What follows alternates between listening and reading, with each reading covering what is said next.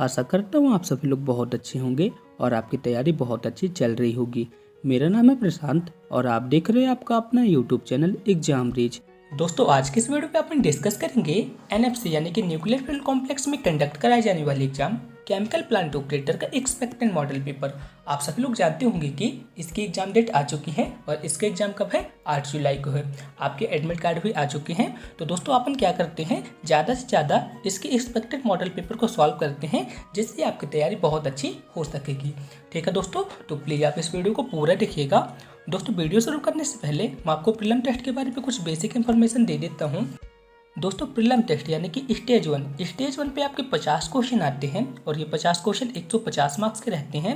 आप यहाँ पे देख सकते हैं और इन क्वेश्चन को सॉल्व करने के लिए आपको 60 मिनट की टाइमिंग दी जाती है। यदि हम बात करते हैं प्रत्येक सही उत्तर के लिए आपको यहाँ पे 3 मार्क्स दिए जाते हैं और गलत उत्तर के लिए 1 मार्क्स यहाँ पे काट लिए जाते हैं, यानी कि यहाँ पे नेगेटिव मार्किंग भी होती है। तो आप सब लोग इतना समझ गए होंगे कि 50 क्वेश्चन 150 मार्क्स के आते हैं और इन क्वेश्चन को सॉल्व करने के लिए आपको 60 मिनट यानी कि 1 घंटे की टाइमिंग दी जाती है।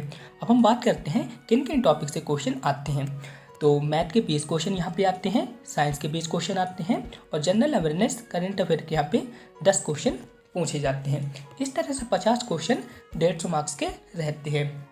दोस्तों जब तक आपका एग्जाम नहीं होता है तब तक मैं आपको डेली मॉक टेस्ट प्रोवाइड कराता रहूँगा, इसलिए आप सब लोग से एक छोटी सी रिक्वेस्ट है, मैं इतनी मेहनत से आपके लिए वीडियो बना रहा हूँ तो प्लीज़ आप इस वीडियो को लाइक कर दें। इस वीडियो को अपने दोस्तों के साथ ज़्यादा से ज़्यादा शेयर कीजिए ताकि उनके प्रिपरेशन भी अच्छी हो सके और आप सभी मिलकर एक अच्छे स्कोर गेन कर सके। सो प्लीज़ आप इस चैनल को सब्सक्राइब कर दीजिए और वीडियो को लाइक कर दीजिए ताकि मुझे मोटिवेशन मिल सके और मैं आपके लिए ऐसी वीडियो प्रोवाइड करा सकूँ। तो चलिए दोस्तों वीडियो की शुरुआत करते हैं। क्वेश्चन नंबर 1 है, इस क्वेश्चन पे बोला है कि यदि अल्फा और बीटा इस समीकरण के मूल हो तो हमें क्या ज्ञात करना है, alpha upon beta plus beta upon alpha ज्ञात करना है। ठीक है, तो चलिए इस क्वेश्चन को सॉल्व करते हैं। तो यहाँ पे समीकरण क्या लिखा है, X square plus 32 x plus 200।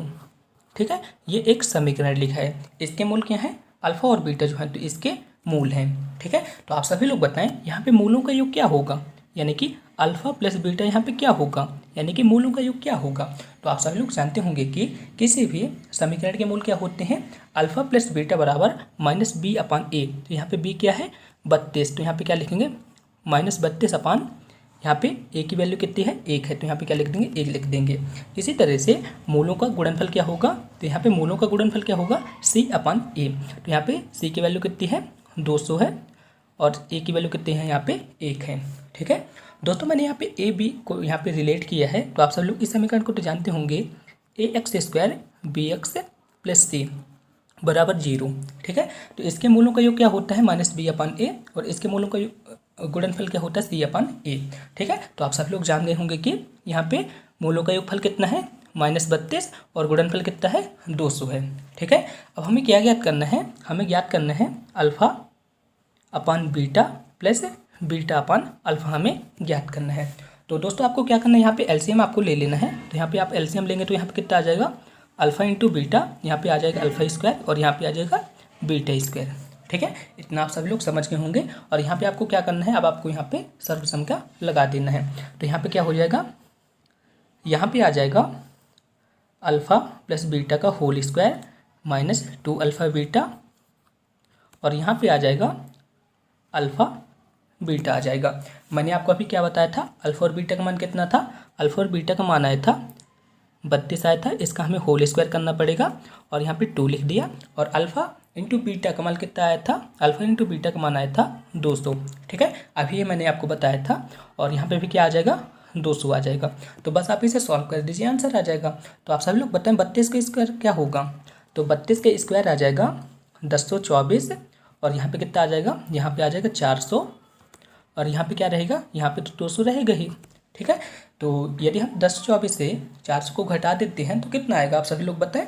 तो 1024 से यदि अपन 400 को घटा देते हैं तो इतना आ जाता है 624 बटे 200 आ जाता है। ठीक है, तो अपन क्या करते हैं, इसे अपन काट देते हैं। तो यहाँ पे अपन क्या लिखेंगे, 600 बटे यहाँ पे क्या आ जाएगा, यहाँ पे आ जाएगा 624 बटे 200। अपन क्या करते हैं, इसे 2 से डिवाइड कर देते हैं। तो यहाँ पे कितना आ जाएगा, 312 और यहाँ पे आ जाएगा 100 आ जाएगा। ठीक है, तो अपन इसे काटेंगे तो कितना आ जाएगा 3.12 इसका राइट आंसर रहेगा। कौन से ऑप्शन पे है? ऑप्शन नंबर 3 इसका राइट आंसर है। आई होप आप सब लोग समझ गए होंगे। फिर भी आपको किसी भी तरह का डाउट ना आप मुझसे कमेंट बॉक्स में पूछ सकते हैं। चलिए नेक्स्ट क्वेश्चन की ओर चलते हैं। नेक्स्ट क्वेश्चन है 1 से 20 तक सम संख्याओं के योग और विषम संख्याओं के योग के बीच अंतर क्या है। आपको बताना है कि जो 1 से लेके यहाँ पे 20 तक संख्याएं दी गई हैं उसमें सम और विषम दोनों संख्याएं हैं, तो आपको बताना है कि इनके बीच अंतर क्या होगा। तो सबसे पहले आप सभी लोग बताएं सम संख्याओं का योगफल हम कैसे ज्ञात करेंगे। तो अपन यहाँ पे क्या लिखेंगे, सम संख्याओं का योगफल। सम संख्याओं का योगफल यहाँ पे क्या आ जाएगा। तो आप सभी लोग जानते होंगे कि सम संख्याओं का योगफल क्या होता है, n+n/n+1। ठीक है, n × n+1 जो है तो सम संख्याओं का योगफल होता है। आपको बताना है कि 1 से 20 के बीच कितने सम संख्याएं होंगी। तो 1 से 20 के बीच कितने संख्याएं होंगी, सम संख्याएं होंगी 10 सम संख्याएं होंगी। तो यहाँ पे n की वैल्यू कितनी आ जाएगी, n की वैल्यू आ जाएगी 10। तो यहाँ पर अपन यहाँ पे क्या लिखेंगे 10 × 10 + 1। तो यहाँ पे कितना आ जाएगा 10 × 11, यानी कि यहाँ पे सम संख्याओं का योगफल कितना आ जाएगा 110 आ जाएगा। ठीक है, इतना आप सभी लोग समझ गए होंगे। सम संख्याओं का योगफल यहाँ पे कितना आ गया 110। इसी तरह से आपको बताना है कि विषम संख्याओं का योगफल कितना होगा। विषम संख्याओं का योगफल, तो विषम संख्याओं का योगफल आप सभी लोग पता है क्या होगा। तो विषम संख्याओं का योगफल होता है n²। अब आपको बताना है कि 1 से 20 के बीच कितनी विषम संख्याएं होती हैं। तो 1 से 20 के बीच कितनी विषम संख्याएं होंगी, 10 विषम संख्याएं होंगी, यानी कि n की वैल्यू यहाँ पे कितनी आ जाएगी 10 आ जाएगी। तो अपन 10 का स्क्वायर करेंगे तो कितना आ जाएगा 100 आ जाएगा। ठीक है, अभी अपन क्या निकाला था, सम संख्याओं का योगफल निकाला था, और अपन क्या निकाला है यहाँ पे विषम संख्याओं का योगफल अपन यहाँ पे निकाला है।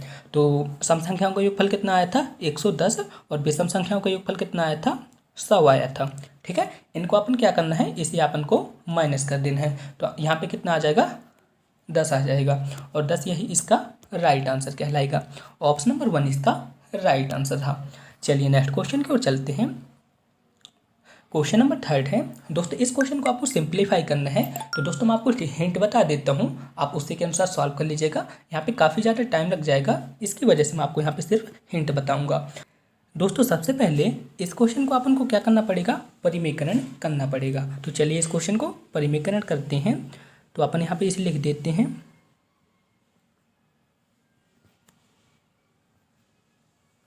अब आप सब लोग बताएं इसका परिमेकरण कैसे करते हैं। तो बहुत ही ईजी है। यहाँ पे जो चिन्ह दिया ना इस सिंबल के विपरीत करते हैं, यानी कि यहाँ पे माइनस लिखा तो प्लस हो जाएगा और प्लस लिखा तो यहाँ पे माइनस हो जाएगा। तो इसी संख्या का अपन यहाँ पे मल्टीप्लाई करेंगे। ठीक है, तो यहाँ पे कितना आ जाएगा, यहाँ पे माइनस है तो यहाँ पे माइनस की जगह क्या आ जाएगा प्लस आ जाएगा। और यहाँ पे अपन क्या आ जाएगा, यहाँ पे आ जाएगा √6 √8 प्लस √14। ठीक है, ये जो है तो यहाँ पे इसका परिमेकरण हो गया। ठीक है, अब आप सब लोग यहाँ पे देख रहे होंगे कि यहाँ पे a - b और यहाँ पे क्या बन रहा है a + b का फॉर्मूला बन रहा है, जिसकी वैल्यू क्या होती है a² - b²। ठीक है, तो अपन यहाँ पे क्या लिख सकते हैं a² - b² का फॉर्मूला लिख सकते हैं, और अंश पे ये तो है ही। ठीक है, तो आप सब लोग इतना याद रखिएगा।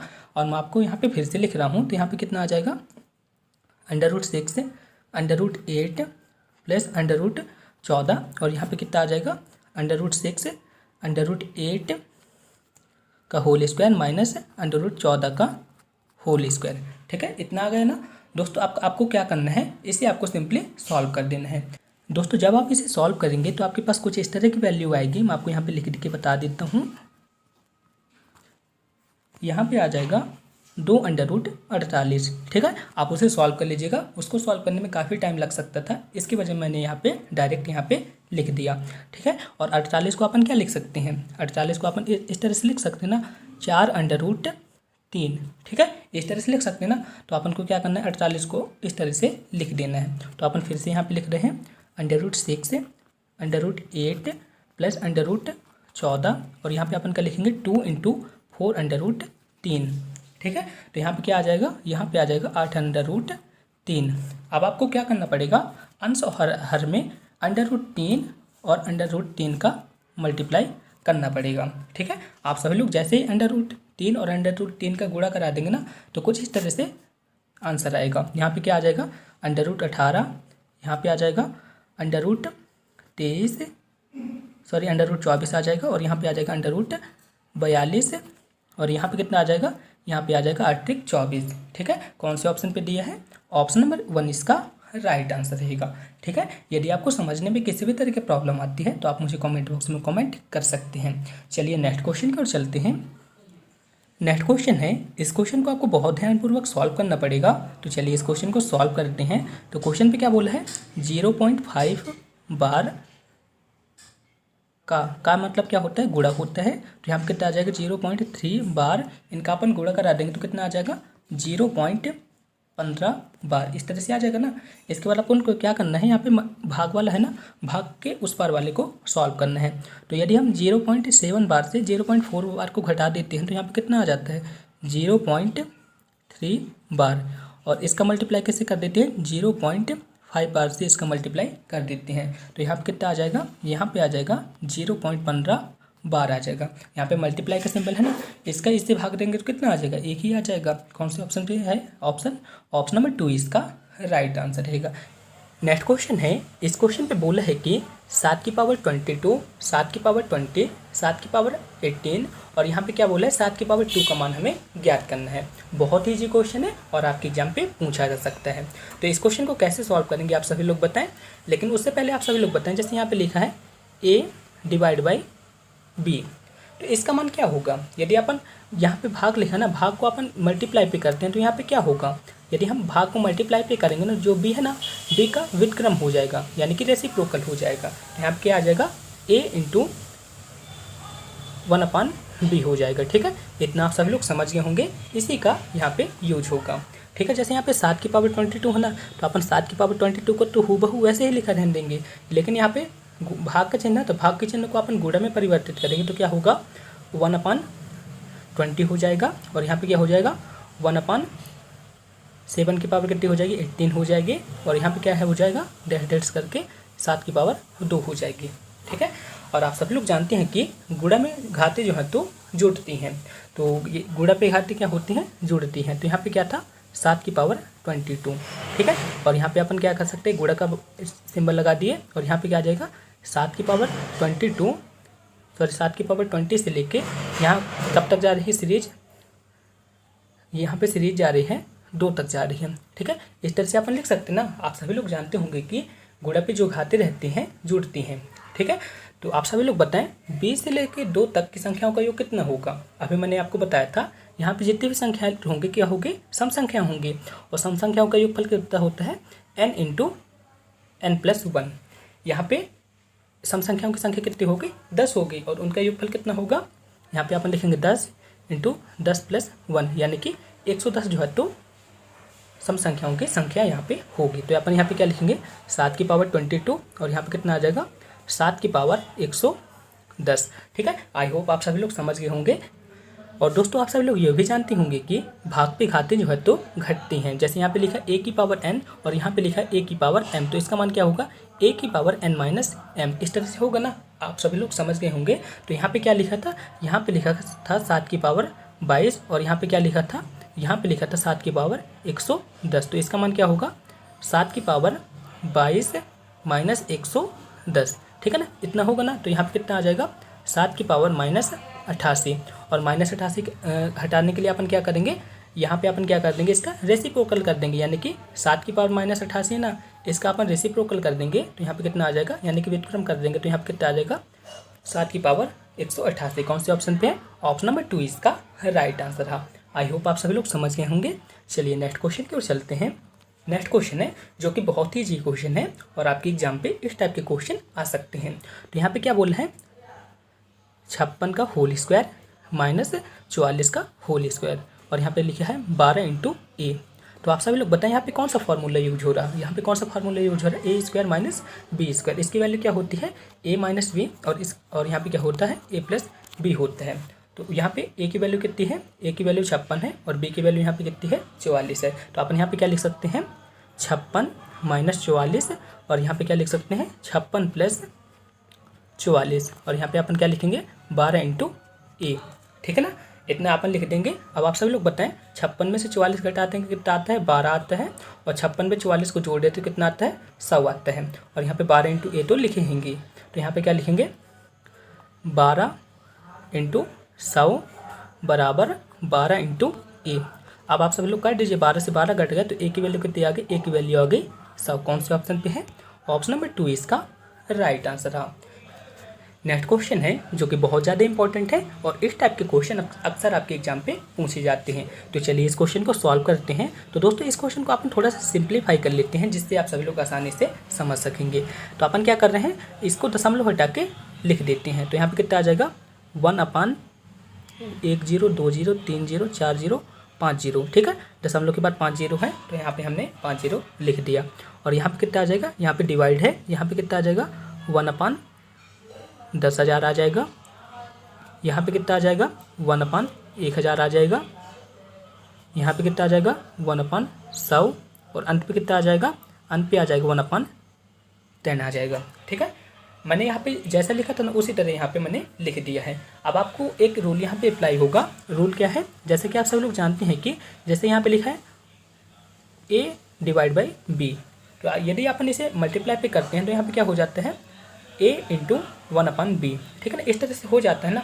तो जैसे यहाँ पे डिवाइड का चिन्ह है ना, तो इसका मल्टीप्लाई पे होगा तो ये क्या होगा, जो ये लिखा है ना ये ऊपर चला जाएगा, ये ऊपर चला जाएगा। तो बस उसी रूल का यहाँ पे अप्लाई कर देना है। तो यहाँ पे कितना आ जाएगा, इस पर कोई परिवर्तन नहीं होगा, जितने भी परिवर्तन होंगे ना डिवाइड के इस तरफ वाले पे परिवर्तन होना, ठीक है। तो अपन यहाँ पे क्या लिखेंगे, यहाँ पे आपने इसको लिख दिए। यहाँ पे कितना आ जाएगा, यहाँ पे आ जाएगा 10,000, यहाँ पे कितना आ जाएगा 1,000, यहाँ पे आ जाएगा 100 और यहाँ पे आ जाएगा 10, ठीक है ना। इसी तरह से लिखा था ना वहाँ पे, ठीक है ना। और एक एक यहाँ पे अपन लिख दिए, 1 इंटू 1 इंटू 1, इस तरह से अपन यहाँ पे लिख दिए। बस आपको काट देना है, आंसर आ जाएगा। तो अपन इसे काट रहे हैं। तो 1 0 से 1 0 ये कट गया, 2 0 से 2 0 ये कट गया, 1 0 से 1 0, 1 0 से 1 0। तो यहाँ पे कितना आ गया, यहाँ पे आ जाएगा 1 0 0 0 0 आ जाएगा, ठीक है। यानी कि यहाँ पे कितना आ गया, यहाँ पे आ गया इकाई, दहाई, सैकड़ा, हज़ार, 10,000, लाख, यानी कि 1 लाख इसका राइट आंसर रहेगा। ऑप्शन नंबर 1 इसका राइट आंसर रहा। चलिए नेक्स्ट क्वेश्चन की ओर चलते हैं। नेक्स्ट क्वेश्चन है, यदि C के 3.4% के 0.81% का मान कितना है, A है। यहाँ पे क्या बोल रहा है, C के, यानी कि C मल्टीप्लाई कितना है 3.04%। प्रतिशत की जगह अपन क्या लिख सकते हैं, 100 लिख सकते हैं, ठीक है। और अपन क्या कर रहे हैं, यहाँ पे दशमलव भी हटा देते हैं। तो दशमलव हटाएंगे तो यहाँ पे कितना आ जाएगा, 100 आ जाएगा। इसी तरह से अपन को क्या करना है, यहाँ पे फिर से क्या बोला है, के यानी कि मल्टीप्लाई। तो यहाँ पे कितना आ जाएगा 0.81 ना, तो अपन क्या लिखेंगे 81/100। अभी मैंने प्रतिशत बस कर लिखा है। अब यह दशमलव हटा के लिखेंगे तो यहाँ पे कितना आ जाएगा, 100 से यहाँ पे आ जाएगा। इसका मान क्या है, A है, ठीक है। इसका मान क्या है, A है। तो यहाँ पे अपन क्या करते हैं, जो C है ना, C का यहाँ पे वहाँ तरफ ले जाते हैं। तो यहाँ पे A/C का मान कितना आ जाएगा, तो यहाँ पे A/C का मान आ जाएगा 324/10,000 इंटू 81/10,000, यानी कि C/A की वैल्यू कितनी आ गई, इतनी आ गई। इसके बाद अपन को क्या करना है, इसके बाद क्या बोले, C के यानी कि मल्टीप्लाई 7.29%। तो अपन यहाँ पे प्रतिशत का आगे 0 लगा देते हैं, तो यहाँ पे 0 आ गया। अब दशमलव को हटा देते हैं, यहाँ पे कितना आ जाता है, 100 आ जाता है, कितना है। इसके बाद फिर से क्या लिखा है, तो यहाँ पे कितना है 1.5625%। तो अपन क्या लिख देते हैं 1 यहाँ पे कितना आ जाएगा, आगे प्रतिशत के लिए 100, और इसके बाद दशमलव के बाद कितने अंक हैं, 4 है। तो यहाँ पे कितना आ जाएगा, 4 0 आ जाएगा, ठीक है। इसका मान कितना है, इसका मान कितना है, B है। तो अपन क्या करते हैं, यहाँ से अपन को क्या मिल सकता है, यहाँ पे आपको मिल जाएगा अपन को B/C मिल जाएगा ना। B/C कितना मिलेगा, 729/10,000, और यहाँ पे कितना आ जाएगा 15,625/00, और यहाँ पे कितने थे, 1 2 3 4 0 थे, ठीक है। अपन को क्या मिल गया, A/C भी मिल गया और B/C भी मिल चुका है, ठीक है। A/C की वैल्यू मैंने पहले ही लिख दिया था, अपने को वैल्यू मिल चुकी है। अब अपने को क्या करना है, अपने को क्या करना है, ए अपन सी में बी अपन सी का भाग दे देना है। क्या करना है, ए अपन सी में बी अपन सी का भाग देना है। तो आप सब लोग ध्यान से देखिएगा, ठीक है। अपन को क्या करना है, ए अपन सी में बी अपन सी का भाग देना है। तो दोस्तों अपन ए अपन सी में बी अपन सी का भाग देंगे तो कितना आएगा, आप सभी लोग बताएं। तो यहाँ पे कितना आ जाएगा, ए अपन बी आ जाएगा। इस तरह से आ जाएगा ना, सी जो है तो कट जाएगा। इसी तरह से इसकी वैल्यू कितनी आ जाएगी, मैं आपको यहाँ पे लिख के बता देता हूँ। तो ए अपन बी की वैल्यू कितनी आएगी, आप सभी लोग बताएं। तो यहाँ पे आ जाएगा 324/10,000। यहाँ पे कितना आ जाएगा, 81/10,000। और यहाँ पे कितने आने वाले थे, यहाँ पे आ जाएगा 10,000, ठीक है। इसके बाद यहाँ पे कितना आ जाएगा, 100 × 10,000। इस तरह से आ जाएगा ना। और इसके बटे पे क्या रहेगा, ये जो है तो अंश पे लिखा है, ठीक है ना। इसके बटे पे आ जाएगा, इसके बटे पे क्या आ जाएगा, 729 × 15,625 आ जाएगा। दोस्तों यहाँ पे जगह नहीं पूछ रही है, इसकी वजह से मैं यहाँ पे लिख रहा हूँ। जब आप इसे सॉल्व करेंगे ना तो यहाँ पे कितना आ जाएगा, 36 × 100/15,625, ठीक है। यानी कि ए अपन बी की वैल्यू कितनी आ जाएगी, 36/100 × 15,625 आ जाएगी, ठीक है। तो मैं यहाँ पे ए अपन बी की वैल्यू लिख देता हूँ। तो ए अपन बी की वैल्यू कितनी आ जाएगी, 36 × 100/15,625। ये जो है तो ए अपन बी की वैल्यू आ गई है। और हमें क्या ज्ञात करना है, हमें ज्ञात करना है 100 × √a upon B. A upon B की वैल्यू कितनी आई थी, ए अपन बी की वैल्यू मैंने अभी आपको बताया था 36 × 100/15,625, ठीक है। तो बस आप इसे सॉल्व कर दीजिए। तो यहाँ पे कितना आ जाएगा, यहाँ पे आ जाएगा 100 × 6 का वर्ग, 36 का वर्गमूल कितना होता है, 36 का वर्गमूल होता है 6। 100 का वर्गमूल कितना होता है, 10 होता है। और 15,625 का वर्गमूल कितना होगा, यहाँ पे 15,625 का वर्गमूल कितना होगा, यहाँ पे हो जाएगा 125, ठीक है। तो बस आप इसे सॉल्व कर दीजिए। तो यहाँ पे आ जाएगा 100 × 6 × 10/125। तो 25 चौको 6, 25 पंचे 125, 5 एकम 5, 5 दूनी 10। तो 6 चौको 24, 24 दूनी 48। कौन से ऑप्शन पे है, ऑप्शन नंबर 1 इसका राइट आंसर रहा। दोस्तों क्वेश्चन काफ़ी बड़ा था, इसकी वजह से मैं स्क्रीन पे ज़्यादा लिख नहीं पाया। आप इसे जब अपने क्वेश्चन पेपर को कॉपी पे सॉल्व करेंगे ना, बहुत ईजिली आप इसे सॉल्व कर पाएंगे। आई होप मेरे द्वारा बताई गई आपको बातें समझ आई होंगी। फिर भी आपको किसी भी तरह का डाउट ना, आप हमसे कमेंट बॉक्स में पूछ सकते हैं। चलिए नेक्स्ट क्वेश्चन की ओर चलते हैं। नेक्स्ट क्वेश्चन है, दो संख्याएं 7:11 के अनुपात में है। यदि दोनों संख्याओं में 7 जोड़ा जाता है तो अनुपात कितना हो जाता है, 2:3 हो जाता है। तो दोनों संख्याओं में छोटी संख्या को अपने को ज्ञात करना है। दो संख्याएं कौन कौन सी हैं, हमने मान लिया कि दो संख्या कौन कौन सी है। पहली संख्या 7x है और दूसरी संख्या कितनी है, 11x है, ठीक है। इस पर अपने को क्या करना है, 7 को जोड़ देना है। तो हम यहाँ पे लिख देते हैं 7x + 7 और यहाँ पे लिख देते हैं 11x + 7, ठीक है। अपन क्या कर रहे हैं, 7x + 7 और यहाँ पे कितना आ जाएगा, 11x + 7। तो इसकी वैल्यू कितनी हो जाती है, 2/3 हो जाती है। तो बस आप इसे तिर्यक गुणा करा दीजिए, आंसर आ जाएगा। जब अपन तिर्यक गुणा कराएंगे तो यहाँ पे कितना आ जाएगा, 21x + 21 और यहाँ पे कितना आ जाएगा, 22x + 14। तो बस आप इसे जोड़ घटा दीजिए, आंसर आ जाएगा। 22x से 21x को अपन घटा देंगे तो कितना आ जाएगा, x आ जाएगा।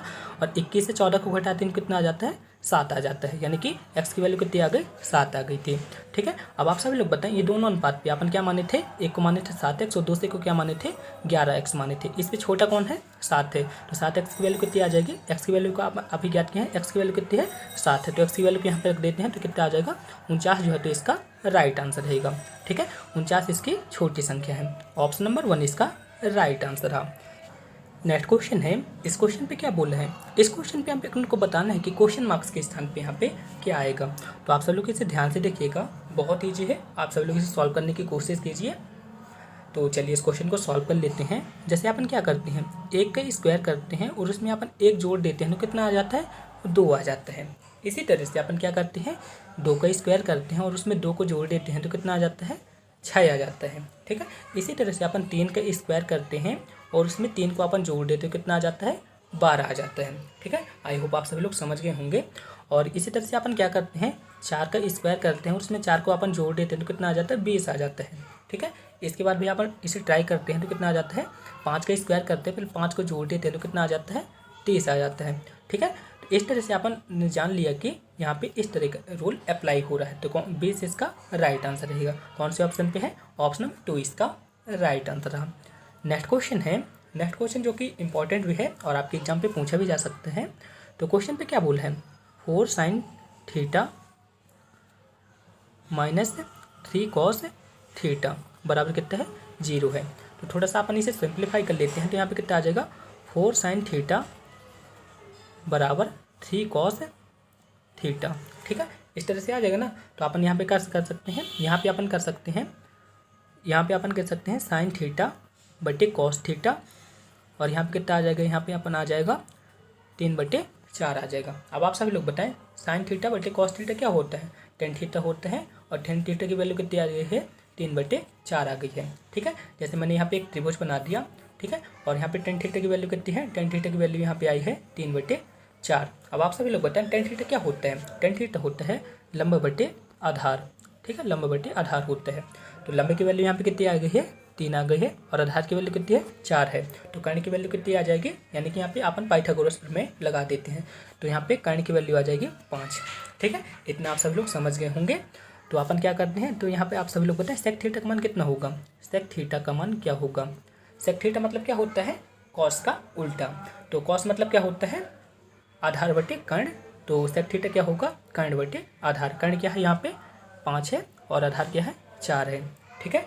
इसी तरह से कौशिक किसका उल्टा होता है, साइन का उल्टा होता है। साइन मतलब क्या होता है, लंब बटे कर्ण। तो कौशिक थीटा क्या होगा, कर्ण बटे लंब होगा। तो यहाँ पे कौशिक थीटा की वैल्यू कितनी आ जाएगी, कौशिक थीटा की वैल्यू आ जाएगी यहाँ पे, कौशिक थीटा मतलब क्या होता है, कर्ण बटे लंब। तो यहाँ पे कितना आ जाएगा, 5/3 आ जाएगा, ठीक है। इसका हमें मल्टीप्लाई करना है, सिंपल है। तो अपन क्या करेंगे, यहाँ पे लिखेंगे सेक थीटा बटे कौशिक थीटा। तो यहाँ पे कितना आया था, सेक थीटा की वैल्यू कितनी आई थी, 5/4, और यहाँ पे कौशिक थीटा की वैल्यू कितनी आई थी, 5/3 आई थी।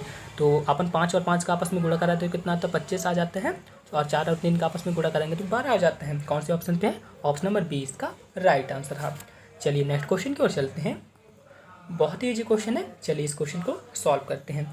तो इस क्वेश्चन पे क्या बोले हैं, 1/1 + tan² थीटा। इसके बाद क्या बोला है, 1/1 × cot² थीटा, ठीक है ना। क्वेश्चन पे तो यही बोला ना, सिंपली इसी तरह से क्वेश्चन पे बोला गया है।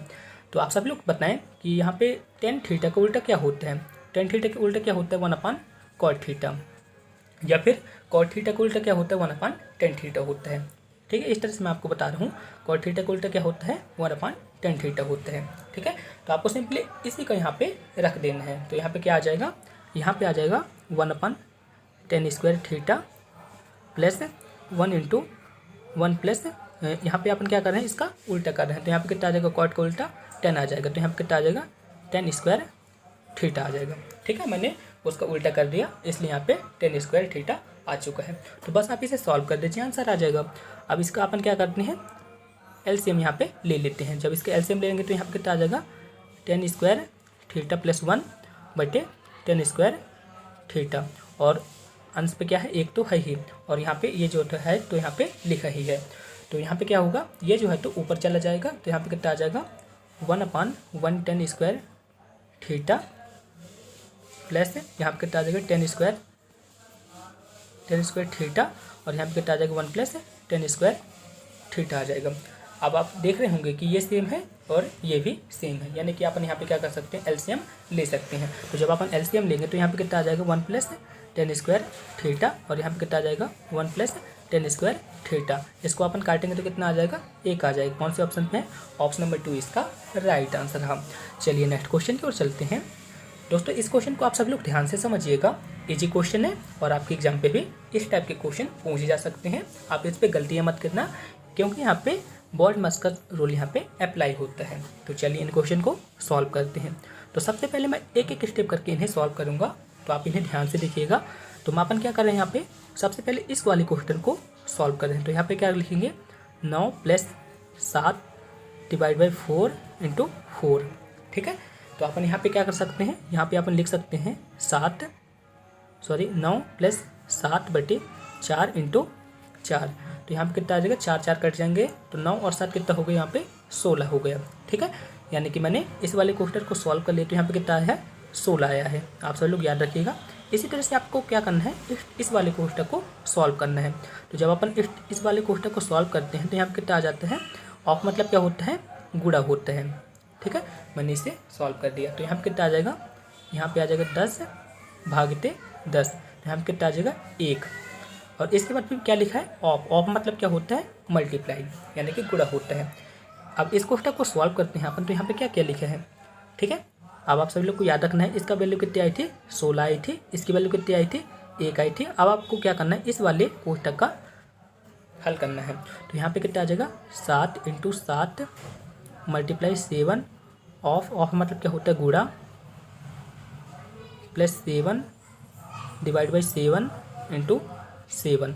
अब आपको इसे सॉल्व कर देना है। तो अपन इसे सॉल्व करते हैं, तो यहाँ पे डिवाइड का चिन्ह है ना, कोई दिक्कत नहीं है। तो यहाँ पे कितना आ जाएगा, 49 डिवाइड बाई 49, और यहाँ पे कितना है, यहाँ पे 7 ना, तो अपन को क्या करना है, यहाँ पे कितना आ जाएगा 7, और 7 का आपस में भाग जाएगा, तो यहाँ पे कितना आ जाएगा, 1 आ जाएगा, और यहाँ पे 7 तो रहेगा ही। ठीक है, तो 49 में 49 का भाग जाएगा तो कितना आ जाएगा, 49 में 49 का भाग जाएगा तो 1 आ जाएगा, और यहाँ पे कितना आ जाएगा, यहाँ पे आ जाएगा 1 प्लस 1 इंटू 7, तो 1 प्लस 7 बराबर 8 आ जाएगा। यानी कि इस वाले क्वेश्चन का आंसर कितना आ गया, 8 आ गया। इसका कितना आया था, 16 आया था, और इसका 1 आया था। तो बस आप इसे सॉल्व कीजिए, आंसर आ जाएगा। तो यहाँ पे कितना था, पहले आया था 16 डिवाइड बाई 1, और यहाँ पे कितना आया था, इसका आ गया था, इसका आखिरी में कितना आया था, 8 आया था। अब आपको क्या करना है,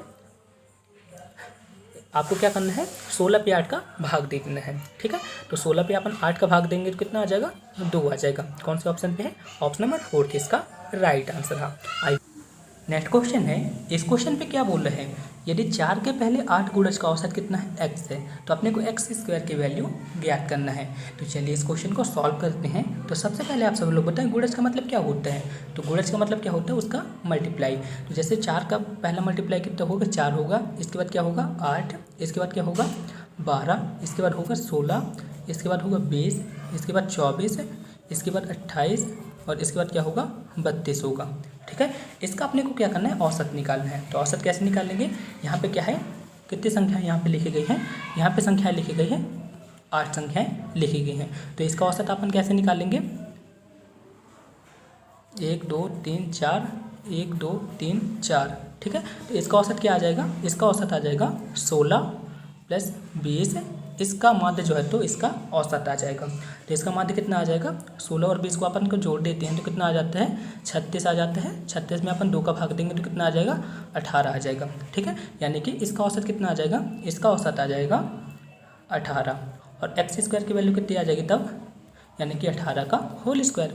तो 18 का होल स्क्वायर अपन जब करेंगे तो कितना आ जाएगा, 324। कौन से ऑप्शन पे है, ऑप्शन नंबर 3 इसका राइट आंसर रहा।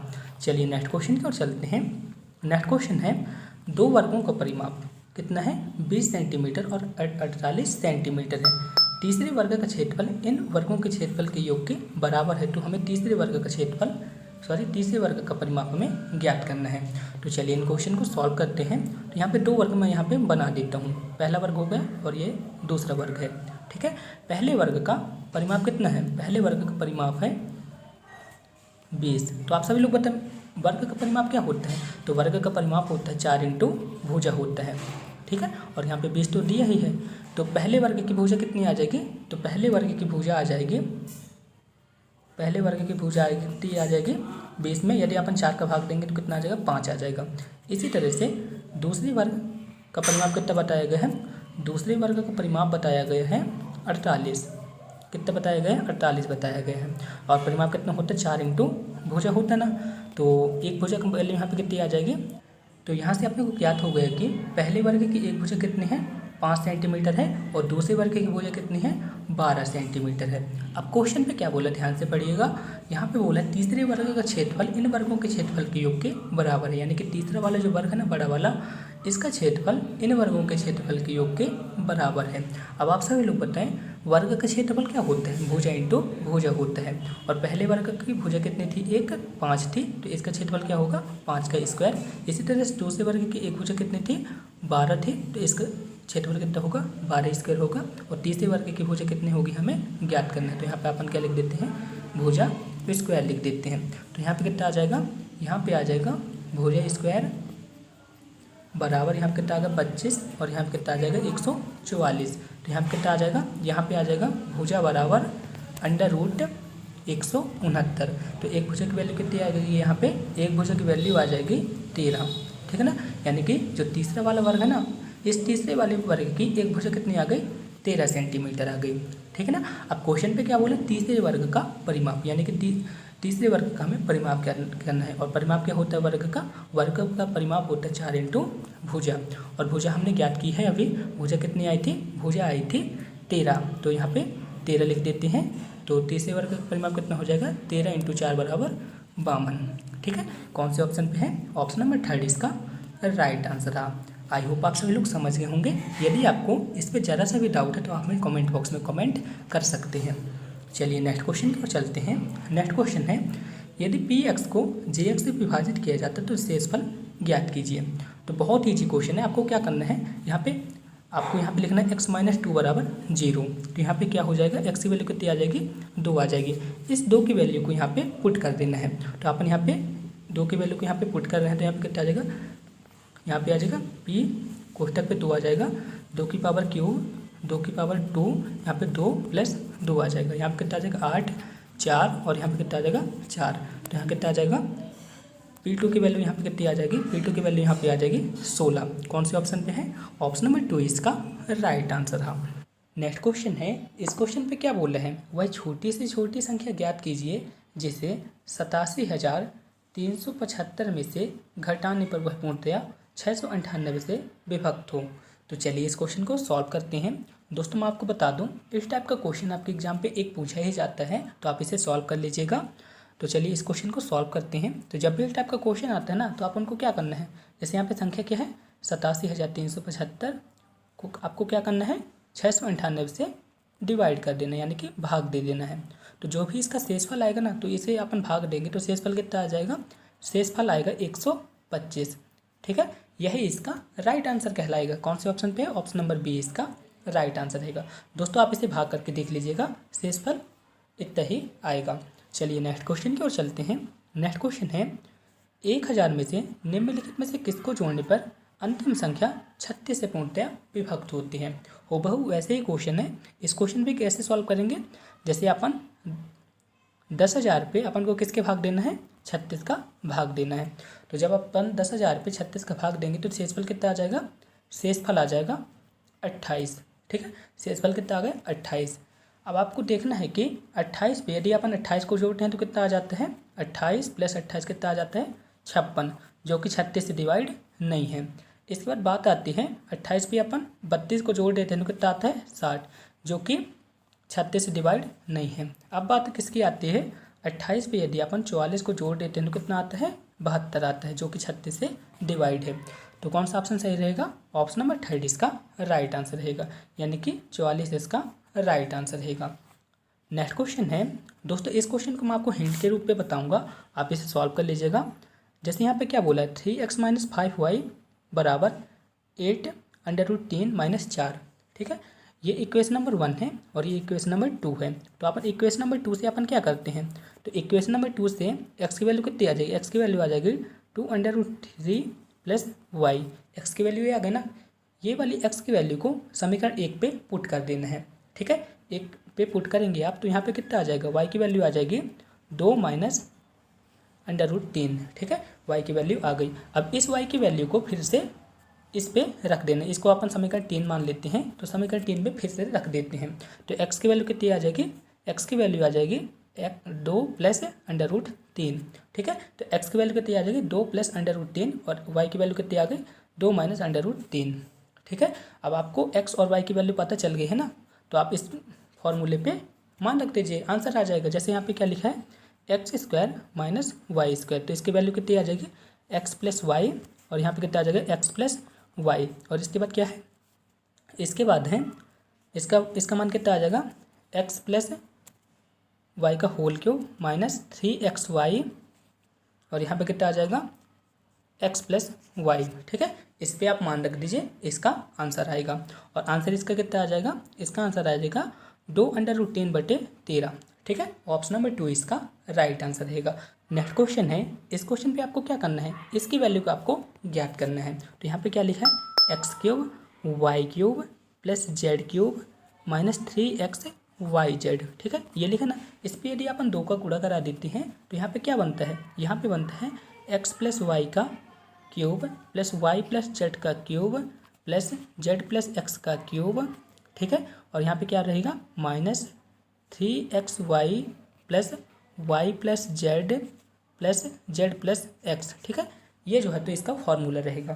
ठीक है, अब आपको क्या करना है, इन सभी के वैल्यू को यहाँ पे पुट कर देना है। तो यहाँ पे कितना आ जाएगा, 2x cube Y cube minus 3xyz, और यहाँ पे कितना आ जाएगा, यहाँ पे आ जाएगा 4 की पावर क्यूब, यहाँ पे आ जाएगा 5 की पावर क्यूब, और यहाँ पे कितनी आ जाएगी, यहाँ पे आ जाएगा 6 की पावर क्यूब, और लास्ट में कितना आ जाएगा 3 4 × 5 × 6 आ जाएगा। ठीक है ना, इतना आ गया ना। तो अपन इसे सॉल्व करते हैं, तो यहाँ पे कितना आ गया, इसके बाद ये लिखा रहेगा X cube plus Y cube plus Z cube minus 3xyz। यहाँ पे कितना आ गया, 64, यहाँ पे 125, यहाँ पे 216, और यहाँ पे 360 आ गया। इतना आ गया ना। अब आप इसे जोड़ेंगे तो कितना आ जाएगा, 405, और इस यहाँ पे कितना है, 360 है। यानी कि जब आप 405 से 360 को हटा देंगे ना तो कितना आ जाएगा, यहाँ पे आ जाएगा 45 आ जाएगा। कितना आ गया, 45। अब 2 को यहाँ पे ले जाते हैं तो यहाँ पे कितना आ जाएगा, 22.5 इसका राइट आंसर रहेगा। यानी कि इसकी वैल्यू कितनी आ गई, 22.5। और 2 यहाँ से कैसे आया है, यहाँ पे मैंने 2 लिखा था ना पहले, इसी 2 को मैंने यहाँ पे भाग लगा दिया, तो कितना आ गया है, 22.5।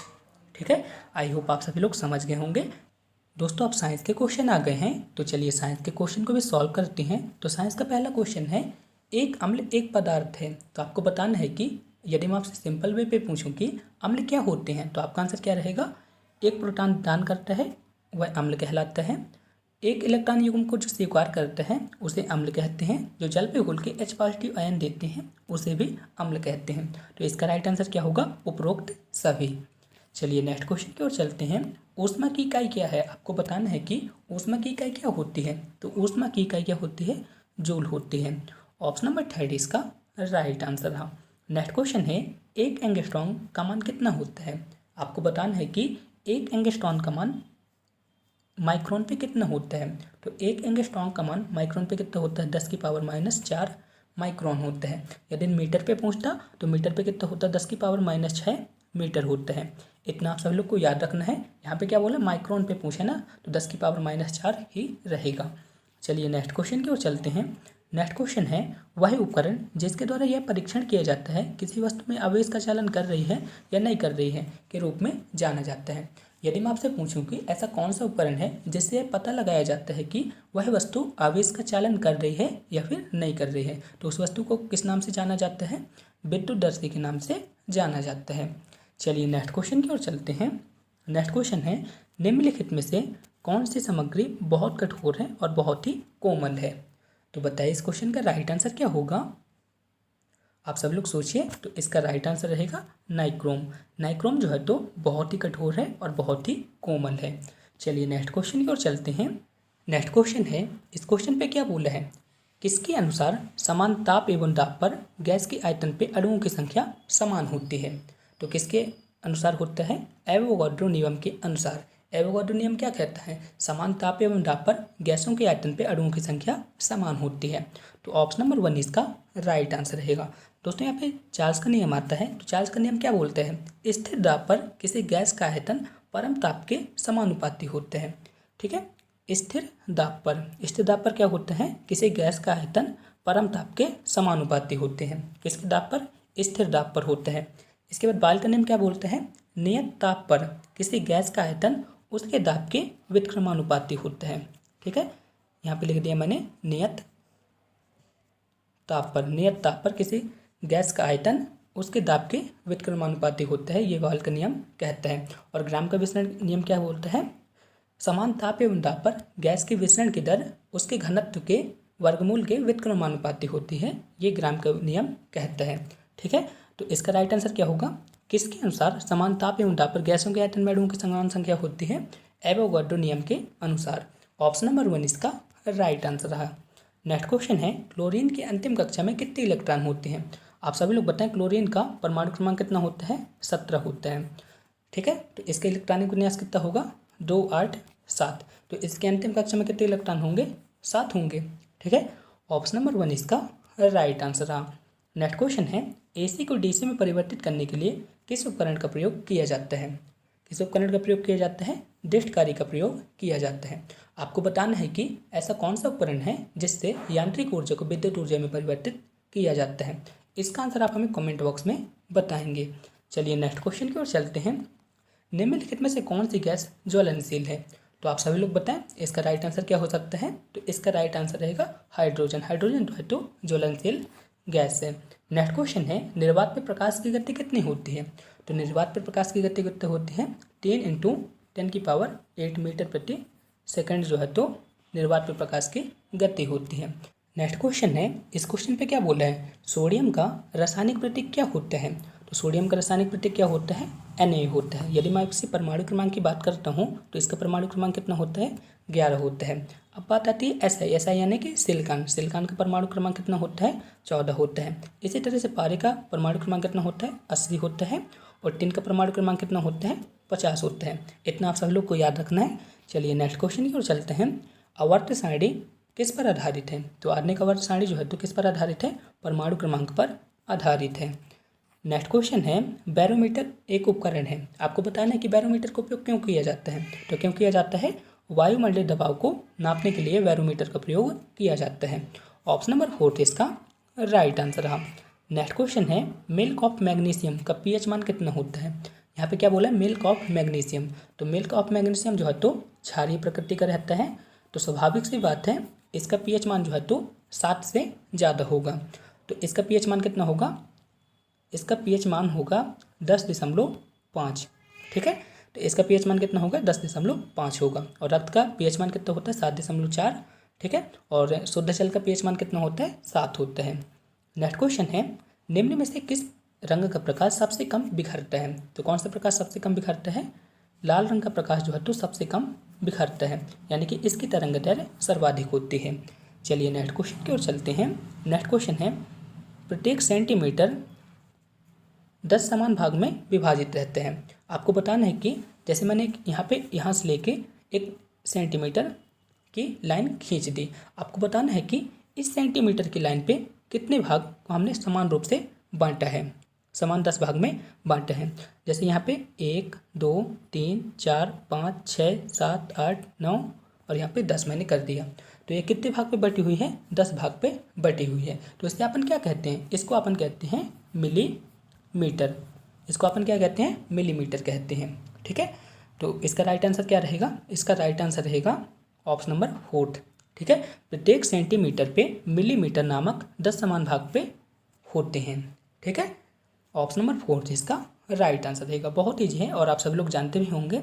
बिजली के उपकरण में फ्यूज तार किससे बना होता है? मैंने आपको बताया था कि फ्यूज तार किससे किससे बना होता है? सीसा और टिन की मिश्र धातु से बना होता है। नेक्स्ट क्वेश्चन है, प्रकाश वर्ष की माप क्या है? आपको बताना है कि प्रकाश वर्ष किसकी माप है? तो किसकी माप है? अंतरिक्ष में दूरी की माप है। ठीक है, नेक्स्ट क्वेश्चन है, मानव कान की ध्वनि आवृत्ति का पता नहीं लगा सकते हैं। तो मानव कान जो है तो 20 हर्ट्ज से कम की ध्वनि की आवृत्ति का पता नहीं लगा सकते हैं, यानी कि इससे कम हर्ट्ज की आवृत्ति का पता नहीं लगा सकते हैं। ऑप्शन नंबर 4 इसका राइट आंसर रहा। नेक्स्ट क्वेश्चन है, चूने के पानी का रासायनिक सूत्र क्या होता है? चूने के पानी का रासायनिक सूत्र क्या होता है? CaOH का होल ट्वाइस। ठीक है, तो कौन से ऑप्शन पे है? ऑप्शन नंबर 4 इसका राइट आंसर रहेगा। यानी चूने पत्थर के बोलते हैं तो चूने पत्थर के क्या होता है? CaO होता है। ठीक है, नेक्स्ट क्वेश्चन है, इस क्वेश्चन पे क्या बोला है? भारतीय वायुसेना के नए खरीदे गए लड़ाकू जेट राफेल एयरक्राफ्ट का निर्माण किस फ्रांसीसी फर्म द्वारा किया गया? यदि मैं आपसे सिंपल वे पे पूछूं कि राफेल का निर्माण किस फ्रांसीसी कंपनी द्वारा किया गया, तो इसका राइट आंसर क्या होता? डसॉल्ट एविएशन द्वारा किया गया।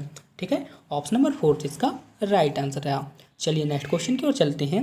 नेक्स्ट क्वेश्चन है, पश्चिम बंगाल और उड़ीसा के पूर्वी तटीय राज्यों पे कौन सा चक्रवात आने वाला है जिससे 20 मई 2020 को भूस्खलन होने की आशंका है? दोस्तों प्रीवियस ईयर का करंट अफेयर है और मैंने आपको बताया भी था उड़ीसा के तटीय भागों पे उस साल कौन सा चक्रवात आया था? अम्फान चक्रवात आया था, जो कि सुपर साइक्लोनिक था। ठीक है, ऑप्शन नंबर 1 इसका राइट आंसर था। दोस्तों मैं आपको बता दूं एनएफसी के एग्जाम पे 2019, 20 और 21 से करंट अफेयर आएगा। ठीक है, किसी भी साल का आ सकता है, मैं आपको फिक्स नहीं बता सकता हूँ।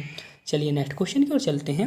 नागालैंड की राजधानी क्या है? आपको बताना है कि नागालैंड की राजधानी क्या है। तो नागालैंड की राजधानी क्या है? कोहिमा है। चलिए नेक्स्ट क्वेश्चन की ओर चलते हैं। निम्नलिखित में से किसने इंग्लिश प्रीमियर लीग का खिताब 2019-20 का खिताब जीता है? तो किसने जीता है? लिवरपूल ने 2019-20 का खिताब जीता है। ठीक है, यदि मैं आपसे पूछूं कि 2021 का खिताब किसने जीता है, तो मैनचेस्टर सिटी ने 2021 का खिताब जीता है।